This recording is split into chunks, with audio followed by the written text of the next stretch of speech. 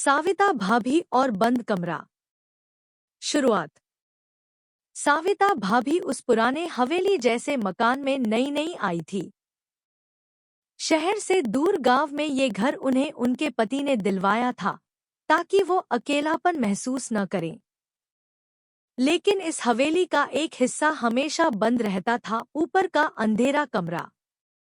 गांव वाले कहते थे कि वहां कोई रहता है, मगर दिखता किसी को नहीं। रात की सरसराहट। पहली रात भाभी ने महसूस किया कि उस बंद कमरे से सरसराहट आ रही है। वो सोचती शायद हवा होगी, लेकिन जब आवाजें कराहों में बदल गई तो उनका बदन सहर गया। धीरे धीरे वो खिड़की तक गई और कान लगाकर सुनने लगी। अंदर से किसी औरत की भारी सांसें और मर्दाना सिसकियां गूंज रही थी। भाभी का दिल तेज धड़कने लगा। ये कौन है?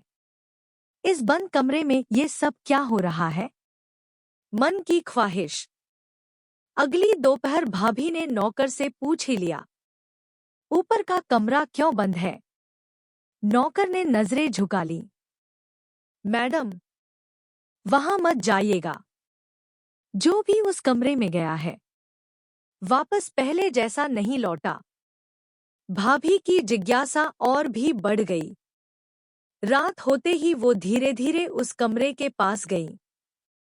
दरवाजा आधा खुला था, जैसे किसी ने जानबूझकर उन्हें बुलाने के लिए छोड़ा हो। बंद कमरे का राज। भाभी ने अंदर झांका। अंधेरे में एक लंबा सा आदमी खड़ा था। उसकी आंखें लाल चमक रही थी। उसके साथ धुंधली सी एक औरत की परछाई बंधी हुई थी। वो आदमी ठंडी आवाज में बोला, तू आ ही गई साविता, मैं तेरा इंतजार कर रहा था। भाभी डर से कांप उठीं, मगर उनके भीतर की छुपी चाह अब उन्हें पीछे नहीं धकेल रही थी। वो कदम दर कदम अंदर बढ़ने लगी। डार्क मोहब्बत। कमरे का दरवाजा अपने आप बंद हो गया। अब अंदर सिर्फ साविता भाभी और वो रहस्यमयी आदमी थे।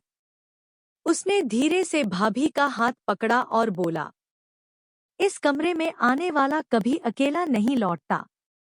अब तू मेरी है। भाभी की सांसें भारी हो गई, होंठ कांपने लगे। डर और चाह का मिलाजुला तूफान उनके भीतर फूट पड़ा। कहानी यहीं से और बोल्ड होती है। उस रात साविता भाभी ने जो देखा और महसूस किया, उसने उनकी जिंदगी हमेशा के लिए बदल दी। अब वो सिर्फ साविता नहीं रहीं, बल्कि उस कमरे का हिस्सा बन